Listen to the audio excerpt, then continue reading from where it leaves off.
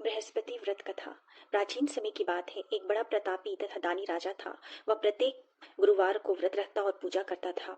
यह उसकी रानी को अच्छा नहीं लगता था। ना ही वो व्रत रखती और न ही किसी को एक पैसा दान देती। राजा को भी ऐसा करने से मना करती थी। एक समय की बात है कि राजा शिकार खेलने के लिए वन में चले गए। घर पर रानी और दासी अकेली थी। उस समय गुरु बृहस्पति साधु का रूप धारण कर राजा के दरवाजे पे भिक्षा मांगने आए। साधु ने रानी से भिक्षा मांगी तो वह कहने लगी, हे साधु महाराज, मैं इस दान और पुण्य से तंग आ चुकी हूँ। आप कोई ऐसा उपाय बताइए जिससे ये सारा धन नष्ट हो जाए और मैं आराम से रह सकूं। साधु रूपी बृहस्पति देव ने कहा, हे देवी, तुम बड़ी विचित्र हो। संतान और धन के लिए भी कोई दुखी होता है। अगर तुम्हारे पास धन अधिक है तो उसे शुभ कार्यों में लगाओ जिससे तुम्हारे दोनों लोग सुधरे। परंतु साधु की यह बात रानी को खुश नहीं कर पाई। उसने कहा, मुझे ऐसे धन की आवश्यकता नहीं जिसे मैं दान दे सकूं, जिसको संभालने में मेरा सारा समय नष्ट हो जाए। साधु ने कहा, यदि तुम्हारी यही इच्छा है तो जैसा मैं कहता हूँ वैसा करना। बृहस्पति के दिन तुम घर को गोबर से लिपना, अपने केशों को पीली मिट्टी से धोना, केशों को धोते समय स्नान करना, राजा से भी हजामत बनाने को कहना, भोजन में मांस मदिरा खाना, कपड़ा धोबी को धुलने के लिए देना। इस प्रकार 7 बृहस्पतिवार करने से तुम्हारा समस्त धन नष्ट हो जाएगा। इतना कहकर साधु बने बृहस्पति देव अंतर्ध्यान हो गए। साधु के कहे अनुसार करते हुए अभी रानी को 3 ही बृहस्पतिवार बीते थे कि उसकी समस्त संपत्ति नष्ट हो गई। भोजन के लिए परिवार तरसने लगा। एक दिन राजा रानी से बोले, हे रानी, तुम यही रहो, मैं दूसरे देश को जाता हूँ, क्योंकि यहाँ मुझे सभी जानते हैं, इसलिए मैं कोई छोटा काम नहीं कर सकता। ऐसा कहकर राजा परदेश चला गया। वहां वह जंगल से लकड़ी काट कर लाता और शहर में बेचता। इस तरह वह अपना जीवन व्यतीत करने लगा। इधर राजा के बिना रानी और दासी दुखी रहने लगी। एक समय जब रानी और दासी को 7 दिनों तक बिना भोजन के रहना पड़ा, तब रानी ने अपनी दासी से कहा, हे दासी, पास ही के नगर में मेरी बहन रहती है, वह बड़ी धनवान है, तो उसके पास जा और कुछ खाने को ले आ, जिससे हमारा थोड़े दिन तक गुजर बसर हो सके। दासी रानी के बहन के पास गई। उस दिन बृहस्पतिवार था। रानी की बहन उस समय बृहस्पतिवार की कथा सुन रही थी। दासी ने रानी की बहन को अपनी रानी का संदेश दिया, लेकिन रानी की बहन ने उससे कोई उत्तर नहीं दिया। जब रानी की बहन से कोई उत्तर नहीं मिला तो वह बहुत दुखी हुई। उसे क्रोध भी आया। दासी ने वापस आकर रानी को सारी बात सुना डाली।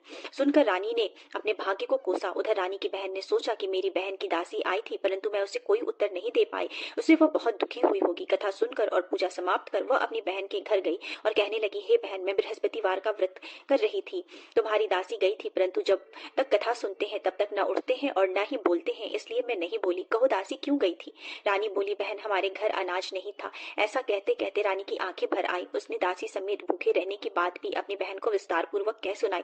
रानी की बहन बोली, बहन देखो, बृहस्पति देव भगवान सबकी मनोकामना पूर्ण करते हैं। देखो, शायद तुम्हारे घर में अनाज रखा हो। यह सुनकर दासी घर के अंदर गई तो वहां उसे एक घड़ा अनाज से भरा हुआ मिला। उसे बड़ी हैरानी हुई। उसने एक एक बर्तन देख लिया था। उसने बाहर आकर रानी को बताया। दासी रानी से कहने लगी, हे रानी, जब आपको भोजन नहीं मिलता तो हम व्रत ही करते हैं, इसलिए क्यों न इनसे व्रत की कथा की विधि पूछ ली जाए, हम भी व्रत किया करेंगे। दासी के कहने पर रानी ने अपनी बहन से बृहस्पतिवार की व्रत की कथा की विधि पूछी और उसकी बहन ने बताया, बृहस्पतिवार के व्रत में चने की दाल और मुनक्का से विष्णु भगवान का केले के जड़ में पूजन करें, एक दीपक जलाएं, पीला भोजन करें तथा कथा सुने। इससे गुरु भगवान प्रसन्न होते हैं, मनोकामना पूर्ण करते हैं।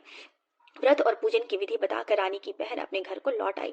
रानी और दासी दोनों ने निश्चय किया कि बृहस्पति देव भगवान का पूजन जरूर करेंगे। 7 रोज बाद जब बृहस्पतिवार आया तो उन्होंने व्रत रख घुड़साल से जाकर चना और गुड़ बिन कर लाई तथा उसकी दाल से केले के जड़ तथा विष्णु भगवान का पूजन किया।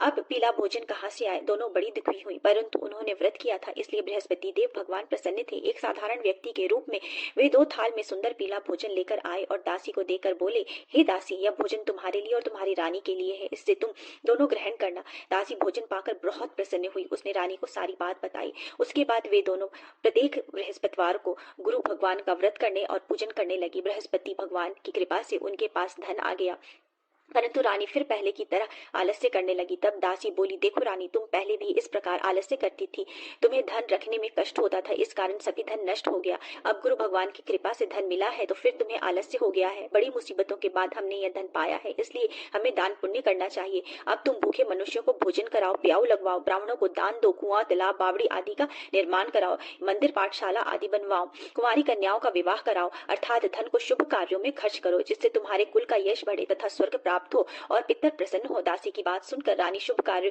करने लगी, उसका यश फैलने लगा। एक दिन रानी और दासी आपस में विचार करने लगी कि न जाने राजा किस दशा में होंगे, उनकी कोई खोज खबर भी नहीं मिली। उन्होंने श्रद्धापूर्वक बृहस्पति भगवान की प्रार्थना की कि राजा जहाँ कहीं भी हो शीघ्र वापस आ जाए। उधर राजा परदेश में बहुत दुखी रहने लगा। वह प्रतिदिन जंगल से लकड़ी बिनकर लाता और उसे शहर में बेचकर अपने दुखी जीवन को बड़ी कठिनता से व्यतीत करने लगा। एक दिन दुखी होकर उसने पुरानी बातें याद करने लगा और रोने लगा और उदास हो गया।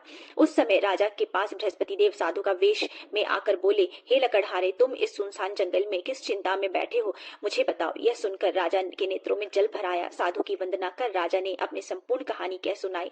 महात्मा दयालु होते हैं। वे राजा से बोले, हे राजन, तुम्हारी पत्नी ने बृहस्पति देव के प्रति अपराध किया था, इसी कारण तुम्हारी यह दशा हुई है। अब तुम चिंता मत करो, भगवान तुम्हें पहले से अधिक धन देंगे। देखो, तुम्हारी पत्नी ने बृहस्पतिवार का व्रत प्रारंभ कर दिया है। अब तुम भी बृहस्पतिवार का व्रत करके चने की दाल व गुड़ जल के लोटे में डालकर केले के पेड़ की पूजन करो, फिर कथा सुनो और या कहो, भगवान तुम्हारी सब मनोकामनाओं को पूर्ण कर देंगे। साधु की बात सुनकर राजा बोले, हे प्रभु, लकड़ी बेचकर तो इतना पैसा नहीं बचता जिससे भोजन के उपरांत कुछ बचा सकूं। मैंने रात्रि में अपनी रानी को व्याकुल देखा है। मेरे पास कोई साधन नहीं है जिससे उसका समाचार पा सकूं। फिर मैं कौन सी कहानी कहूं, यह भी मुझको मालूम नहीं। साधु ने कहा, हे राजन, मन में बृहस्पति भगवान के पूजन व्रत का निश्चय करो, वे स्वयं तुम्हारे लिए कोई राह बना देंगे। बृहस्पतिवार के दिन तुम रोजाना की तरह लकड़ियां लेकर शहर जाना, तुम्हें रोज से दुगुना धन मिलेगा, जिससे तुम भली भांति भोजन कर लोगे तथा बृहस्पतिवार की पूजा का सामान भी ला सकोगे। जो तुमने बृहस्पतिवार की कहानी के बारे में पूछा है वह इस प्रकार है। बृहस्पति देव की व्रत कथा। प्राचीन काल में एक बहुत ही निर्धन ब्राह्मण था। उसकी कोई संतान नहीं थी। वह नित्य पूजा पाठ करता था। उसकी स्त्री न स्नान करती थी और न ही किसी देवता का पूजन करती थी। इस कारण ब्राह्मण देवता बहुत दुखी रहते थे। भगवान की कृपा से ब्राह्मण के यहाँ एक कन्या उत्पन्न हुई। कन्या बड़ी होने लगी। प्रातः स्नान करके वह भगवान विष्णु का जप करती थी। बृहस्पतिवार का व्रत भी करने लगी। पूजा पाठ समाप्त कर पाठशाला जाती और अपनी मुट्ठी में जौ भर के ले जाती थी और पाठशाला के मार्ग में डाल दी जाती। लौटते समय वही जौ स्वर्ण के हो जाते थे और उनको बीनकर वो घर ले आती। एक दिन वह बालिका सूप में सोने के जौ को फटक कर साफ कर रही थी। तभी उसकी माँ ने देख लिया और कहा कि हे बेटी, सोने के जौ को फटकने के लिए सोने का सूप होना चाहिए। दूसरे दिन गुरुवार था। कन्या ने व्रत रखा और बृहस्पति देव से सोने के सूप देने की प्रार्थना की। बृहस्पति देव ने उसकी प्रार्थना स्वीकार कर ली। रोजाना की तरह वह कन्या जौ फैलाती हुई पाठशाला चली गई। पाठशाला से लौटते वक्त जब वह जौ बिन रही थी तो बृहस्पति देव की कृपा से उसे सोने का सूप मिला। उसे वह घर ले आई और उससे जौ साफ करने लगी, परंतु उसकी माँ का वही ढंग रहा। एक दिन की बात है, कन्या सोने के सूप में जौ साफ कर रही थी। उस समय उस नगर का राजकुमार वहां से निकला। कन्या के रूप और कार्य को देखकर वह उस पर मोहित हो गया। राजमहल में आकर वह भोजन तथा जल त्याग कर उदास होकर लेट गया। राजा को जब राजकुमार द्वारा अन्य जल त्यागने का समाचार ज्ञात हुआ तो वे मंत्रियों के साथ अपने पुत्र के पास आ पहुंचे और कारण पूछने लगे। राजकुमार ने राजा को उस लड़की के घर का पता भी बता दिया। मंत्री उस लड़की के घर गए। मंत्री ने ब्राह्मण के समक्ष राजा की ओर से निवेदन किया। कुछ दिन बाद ब्राह्मण की कन्या का विवाह राजकुमार के साथ संपन्न हुआ। कन्या के घर से जाते ही ब्राह्मण के घर में पहले की भांति गरीबी का निवास हो गया। एक दिन दुखी होकर ब्राह्मण अपनी पुत्री से मिलने गए। बेटी ने पिता की अवस्था को देखा और अपनी माँ का हाल पूछा। ब्राह्मण ने सभी हाल विस्तार पूर्वक सुनाया। कन्या ने बहुत सा धन देकर अपने पिता को विदा कर दिया, लेकिन कुछ दिन के बाद वही हाल हो गया। ब्राह्मण फिर अपनी कन्या के यहाँ गए और सभी हाल अपनी पुत्री को कह सुनाया। पुत्री बोली, हे पिताजी, आप माता जी को यहाँ लिवा लाओ, मैं उन्हें वह विधि बता दूंगी जिससे गरीबी दूर हो जाएगी। ब्राह्मण देवता अपनी स्त्री को साथ लेकर अपनी पुत्री के पास राजमहल में पहुंची तो पुत्री ने अपनी माँ को बहुत समझाया। वो बोली, हे माँ, तुम प्रातः काल स्नान आदि करके विष्णु भगवान का पूजन करो तो सब दरिद्रता दूर हो जाएगी। परंतु उसकी माँ ने उसकी एक भी बात नहीं मानी। वह प्रातः काल उठकर अपनी पुत्री की बची जूठन खा लेती थी। एक दिन उसकी पुत्री को बहुत गुस्सा आया। उसने अपनी माँ को एक कोठरी में बंद कर दिया। प्रातः उसे स्नान आदि करा के पूजा पाठ करवाया तो उससे उसकी माँ की बुद्धि ठीक हो गई। इसके बाद वह नियम से पूजा पाठ करने लगी और प्रत्येक बृहस्पतिवार को व्रत भी करने लगी। इस व्रत के प्रभाव से मृत्यु के बाद वह स्वर्ग को प्राप्त हुई। वह ब्राह्मण देवता भी सुख पूर्वक इस लोक का सुख भोग करके स्वर्ग को प्राप्त हुए। इस तरह कहानी कहकर साधु बने देवता वहां से लोप हो गए। धीरे धीरे समय व्यतीत होने पर फिर बृहस्पतिवार का दिन आया। राजा जंगल से लकड़ी काट कर शहर में बेचने गया। उसे उस दिन और दिनों से अधिक धन मिला। राजा ने चना गुड़ आदि लाकर बृहस्पतिवार का व्रत किया। उस दिन से उसके सभी कलेश दूर हो गए। परंतु जब अगले गुरुवार का दिन आया तो राजा बृहस्पतिवार का व्रत करना भूल गया। इस कारण बृहस्पति भगवान नाराज हो गए। उस दिन उस नगर के राजा ने विशाल यज्ञ का आयोजन किया था तथा तथा उसके समस्त राज्य में घोषणा करवा दी थी कि सभी मेरे घर भोजन करने आवे, किसी के घर चूल्हा ना जले। इस आज्ञा को जो न मानेगा उसको फांसी दे दी जाएगी। राजा की आज्ञा अनुसार राज्य के सभी लोग राजा के घर भोजन में सम्मिलित होने के लिए चले गए, लेकिन लकड़हारा कुछ देर से पहुंचा, इसलिए राजा उसको अपने साथ महल ले गए।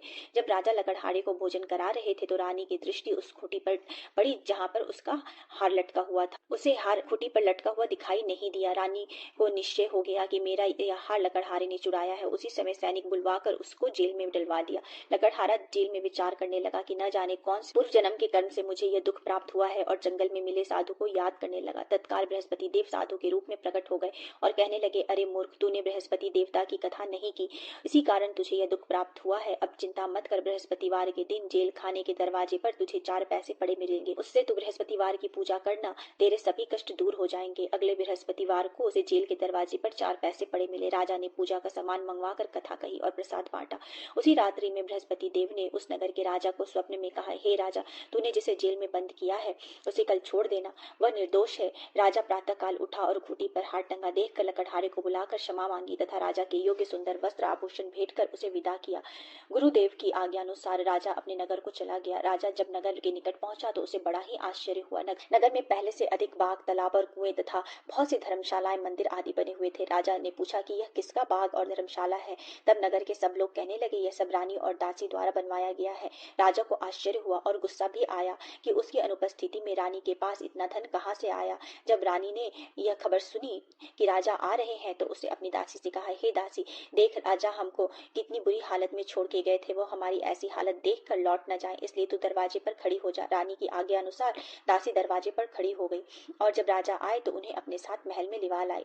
तब राजा ने क्रोध करके अपनी तलवार निकाली और पूछने लगा, बताओ यह धन तुम्हें कहाँ से प्राप्त हुआ। तब रानी ने सारी कथा कह सुनाई। राजा ने निश्चय किया कि मैं रोजाना दिन में 3 बार कहानी कहा करूंगा और व्रत किया करूंगा। अब हर समय राजा के दुपट्टे में चने की दाल बंधी रहती थी और वह दिन में 3 बार कथा किया करते थे। एक रोज राजा ने विचार किया कि चलो अपनी बहन के यहाँ हो आओ। इस तरह का निश्चय कर राजा घोड़े पर सवार हो अपनी बहन के यहाँ चल दिए। मार्ग में उन्होंने देखा कि कुछ आदमी एक मुर्दे को लिए जा रहे हैं। उन्हें रोककर राजा कहने लगा, अरे भाइयों, मेरे बृहस्पतिवार की कथा सुन लो। वे बोले, लो, हमारा तो एक आदमी मर गया है, इसको अपनी कथा की पड़ी है। परंतु कुछ आदमी बोले, अच्छा कहो, हम तुम्हारी कथा भी सुनेंगे। राजा ने दाल निकाली और कथा कहनी शुरू कर दी। जब कथा आधी हुई थी तो मुर्दा हिलने लगा और जब कथा समाप्त हुई तो राम राम करके मुर्दा उठकर खड़ा हो गया। राजा आगे बढ़ा। उसे चलते चलते शाम हो गई। आगे मार्ग में उसे एक किसान खेत में हल चलाता मिला। राजा ने उससे कथा सुनने का आग्रह किया लेकिन वह नहीं माना। राजा आगे चल दिया। राजा के हटते ही बैल पछाड़ खाकर गिर गए तथा किसान के पेट में बहुत जोर से दर्द होने लगा। उसी समय किसान की माँ रोटी लेकर आई। उसने यह सब देखा तो अपने पुत्र से सब हाल पूछा। बेटे ने सभी हाल कह बताया। बुढ़िया दौड़े दौड़े उस घुड़सवार के पास पहुंची और उससे बोली, मैं तेरी कथा सुनूंगी, तू अपनी कथा मेरे खेत में चलकर कहना। राजा ने लौटकर बुढ़िया के खेत में जाकर कथा कही, जिससे सुनते ही बैल खड़े हो गए तथा किसान के पेट का दर्द भी बंद हो गया। राजा अपनी बहन के घर पहुंचा। बहन ने भाई की खूब मेहमानदारी की। दूसरे रोज प्रातःकाल राजा जागा तो वह देखने लगा कि सब लोग भोजन कर रहे हैं। राजा ने अपनी बहन से जब पूछा, कोई ऐसा मनुष्य है जिसे भोजन नहीं किया हो तो मेरे बृहस्पति भगवान की कथा सुन ले। बहन बोली, हे भैया, यह देश ऐसा ही है, यहाँ सब लोग पहले भोजन करते हैं, बाद में कोई अन्य काम करते हैं। फिर वह एक कुम्हार के घर गई जिसका लड़का बीमार था। उससे मालूम हुआ कि उसके यहाँ 3 दिन से किसी ने भी भोजन नहीं किया है।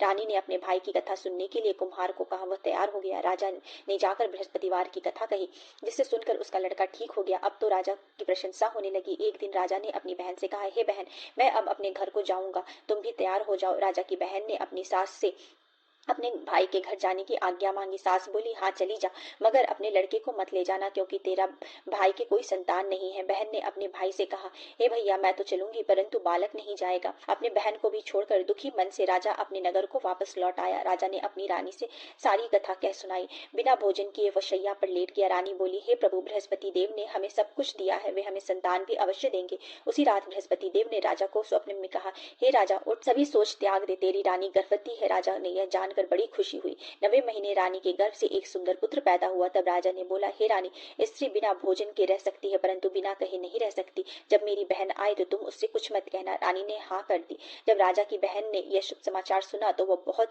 खुश हुई और विदाई देने के लिए भाई के यहाँ आई। रानी ने तब उसे आने का उलाहना दिया। जब भाई आपके साथ ला रहे थे तब टाल गई, उनके साथ न आई और आज अपने आप ही भागी भागी बिना बुलाए आ गई। तो राजा की बहन बोली, भाई मैं इस प्रकार न कहती तो तुम्हारे घर औलाद कैसे होती। बृहस्पति देव सभी कामनाओं को पूर्ण करते हैं। जो सद्भावना पूर्वक बृहस्पतिवार का व्रत करता है एवं कथा पढ़ता है तथा सुनता है और दूसरों को सुनाता है, बृहस्पति देव उसकी सभी मनोकामनाओं को पूर्ण करते हैं, उसकी सदैव रक्षा करते हैं। जो संसार में सद्भावना से गुरुदेव का पूजन करते हैं एवं व्रत सच्चे हृदय से करते हैं, उनकी सभी मनोकामनाएं वैसे ही पूर्ण होती है। जैसे सच्ची भावना से रानी और राजा ने बृहस्पतिवार की कथा का गुणगान किया तो उनकी सभी मनोकामनाएं बृहस्पति देव ने पूर्ण की। अनजाने में भी बृहस्पति देव की अपेक्षा ना करें, ऐसा करने से सुख शांति नष्ट हो जाती है। इसलिए सबको कथा सुनने के बाद प्रसाद लेकर जाना चाहिए। हृदय में उनका मनन करते हुए जयकारा बोलना चाहिए। बोलो श्री बृहस्पति भगवान की जय। बोलो श्री विष्णु भगवान की जय।